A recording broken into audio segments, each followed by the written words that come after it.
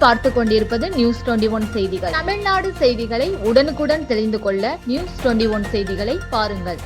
ராணிப்பேட்டை மாவட்டம் ஆற்காடு சீதாராமன் தெருவில் எழுந்தருளி அருள்பாலித்து வரும் அருள்மிகு ஸ்ரீ கெங்கையம்மன் 61ஆம் ஆண்டு ஜாத்திரை திருவிழா வெகு விமர்சையாக கொண்டாடப்பட்டு வருகிறது. மே 29ஆம் தேதி காப்பு கட்டுதலுடன் துவங்கிய நிகழ்ச்சியின் 5ஆம் நாளான நேற்று தீச்சட்டி ஊர்வலம் ஆற்காடு பாலாற்றங்கரையில் இருந்து துவங்கி மேலதாளம் வாத்தியங்கள் வான வேடிக்கையுடன் அண்ணா சாலை பேருந்து நிலையம் கலவை ரோடு வழியாக கோவிலை வந்தடைந்தது. இதில் காப்பு கட்டி விரதம் இருந்த ஏராளமான பக்தர்கள் தீச்சட்டி எடுத்து வந்து அம்மனுக்கு தங்க நேர்த்தி கடனை செலுத்தினர்.